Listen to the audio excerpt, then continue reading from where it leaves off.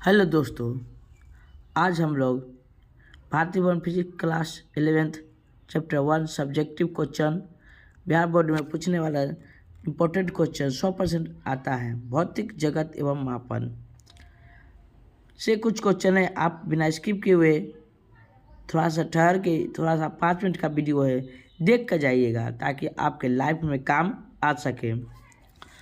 जो क्वेश्चन है इस प्रकार से, पहला क्वेश्चन है सिटिया का अर्थ क्या होता है। सिटिया का अर्थ होता है जानना, किसी भी विषय के बारे में अधिक जानकारी करना सिटिया कहलाता है। क्या कहलाता है? सिटिया। और जानना क्या कहलाता है? सिटिया कहलाता है। साइंस के भाषा में इसे सिटिया कहते हैं। साइंस का उत्पत्ति जो हुआ है लैटिन भाषा के शब्द सिटिया से हुआ है, इसका अर्थ होता है सिटिया। ठीक है, बहुत अच्छा, आप लोग याद कर लीजिए। प्रकृति में कितने प्रकार के बल पाए जाते हैं? बल यानी बलों की संख्या कितनी है प्रकृति में? तो याद है क्या, प्रकृति में बलों की संख्या जो है वह 4 है। कितना है? 4 है। पहला कौन कौन है इसे देखिए। पहला है गुरुत्वाकर्षण बल, जिसे ग्रेविटेशन फोर्स कहते हैं। दूसरा विद्युतीय चुंबकीय बल, ठीक है, जो विद्युत के द्वारा उत्पन्न किया जाता है। तीसरा प्रबल नाभिकीय बल और चौथा है दुर्बल नाभिकीय बल। वैसे प्रकृति में 4 प्रकार के बल पाया जाता है। नेक्स्ट है गुरुत्वाकर्षण बल किसे कहते हैं? गुरुत्वाकर्षण बल किसे कहते हैं? याद क्या, गुरुत्वाकर्षण बल किसे कहते हैं? तो याद क्या, दो पिंडों के बीच बड़े दो पिंडों जैसे पृथ्वी और चंद्रमा के बीच जो लगने वाला जो बल होता है उसे गुरुत्वाकर्षण बल या ग्रेविटेशन फोर्स कहते हैं। क्या कहते हैं? Gravitation force. क्या कहते हैं? ग्रेविटेशन फोर्स कहते हैं। नेक्स्ट क्वेश्चन है विद्युतीय बल कितने प्रकार के होते हैं और कौन कौन? विद्युतीय बल कितने प्रकार के होते हैं और कौन कौन? तो याद रखिएगा, विद्युतीय बल जो है कितने प्रकार के होते हैं और कौन कौन? याद रखिएगा, विद्युतीय बल्ब 2 प्रकार के होते हैं। पहला विद्युतीय बल्ब 2 प्रकार के होते हैं, एक आकर्षण बल और दूसरा प्रतिकर्षण बल। इस प्रकार से 2 प्रकार के होते हैं। नेक्स्ट क्वेश्चन है आकर्षण बल किसे कहते हैं? करा कि आकर्षण बल किसे कहते हैं? तो किसी भी वस्तु को किसी भी आकर्षण बल किसी भी प्रकार के, यानी जो आकर्षण बल होता है, गुरुत्वाकर्षण बल एक आकर्षण बल होता है। गुरुत्वाकर्षण बल क्या होता है? एक आकर्षण बल। आकर्षण बल किसे कहते हैं? तो गुरुत्वाकर्षण यानी वह क्या होता है कि जब कोई बल यानी किसी वस्तु को, जैसे में लोहा को अपनी ओर आकर्षित करता है तो उसे आकर्षण बल कहते हैं। क्या कहते हैं? आकर्षण। जैसे चुंबक होता है, चुंबक लोहा को अपनी ओर आकर्षित करता है, इसे आकर्षण बल कहते हैं। नेक्स्ट, मैक्सवेल के अनुसार प्रकाश एक प्रकार का है। तो मैक्सवेल के अनुसार प्रकाश क्या है? एक प्रकार का क्या है? तो याद रखिएगा कि मैक्सवेल के अनुसार प्रकाश एक प्रकार का है, विद्युत चुंबकीय बल है। क्या है? विद्युत चुंबकीय तरंग है, यानी विद्युत चुंबकीय तरंग होगा।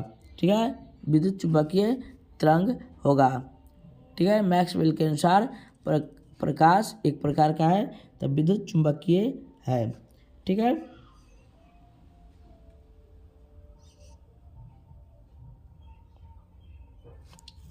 नेक्स्ट क्वेश्चन है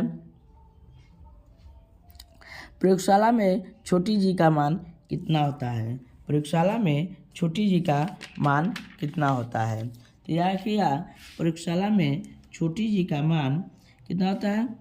तो प्रयोगशाला में छोटी जी का मान होता है 9.8 मीटर पर स्क्वायर होता है। 9.8 मीटर पर सेकेंड स्क्वायर होता है। नेक्स्ट क्वेश्चन, एक फार्मी बराबर होता है। एक फार्मी बराबर होता है, तो इसका क्या आंसर हो जाएगा? एक फार्मी बराबर क्या उतना होता है? तो 10 के पावर -15 मीटर होता है। 10 के पावर -15 मीटर होता है। प्रकाश वर्ष किसे कहते हैं? तो याद रखिएगा, एक वर्ष में, जी हाँ, एक वर्ष में प्रकाश द्वारा तय की गई दूरी को प्रकाश वर्ष कहते हैं।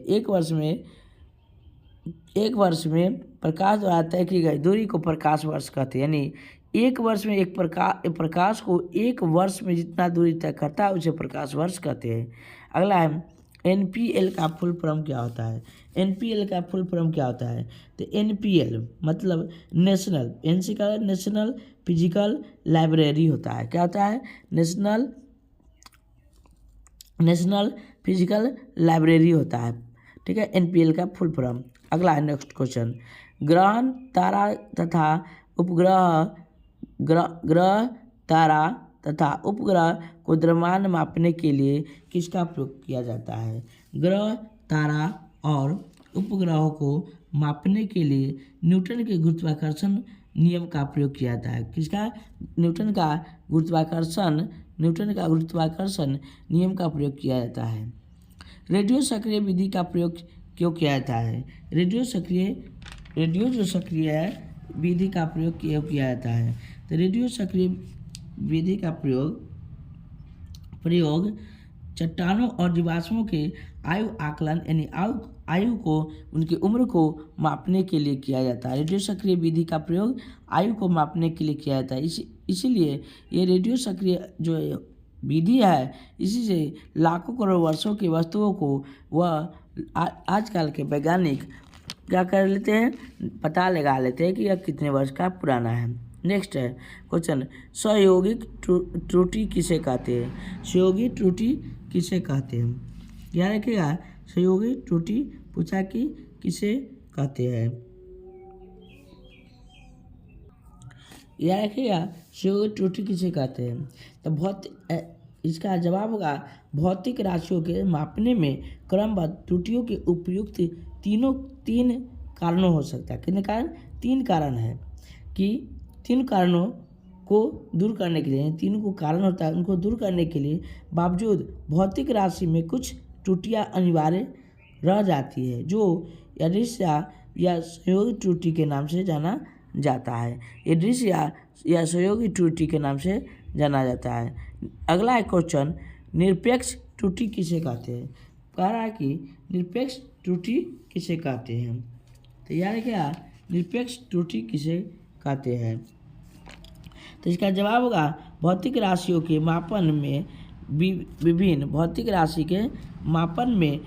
प्रेक्षणों के अनुमानित मान एवं वास्तविक मान के बीच के अंतर के परिणाम को मापन की निरपेक्ष त्रुटि कहा जाता है। क्या कहा जाता है? निरपेक्ष त्रुटि कहा जाता है। नेक्स्ट है अपेक्षिक त्रुटि किसे कहते हैं? तो यार क्या, अपेक्षिक त्रुटि, तो इसका होगा भौतिक राशि के मापन में ऐसी त्रुटियां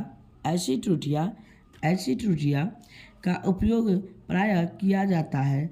भौतिक राशियों के मापन में माध्य निरपेक्ष त्रुटि डेल्टा x डैश एवं इसके माध्यम मान का अनुपात अपेक्षित त्रुटि कहलाता है। क्या कहलाता है? अपेक्षित त्रुटि कहलाता है। अगर यह वीडियो आपको अच्छा लगा हो तो आप मेरे चैनल को सब्सक्राइब कमेंट जरूर कीजिएगा, ताकि आपको सबसे पहले यह वीडियो पहुंचेगा और प्रत्येक इंटर के टोटल क्वेश्चन आंसर प्रत्येक बुक का आपको मिल जाएगा। आप अच्छी तरह से नंबर ला सकते हैं। इसलिए हमारे चैनल को सब्सक्राइब और बेल आइकन दबा दीजिएगा, साथ में लाइक का बटन जरूर दबा दीजिएगा।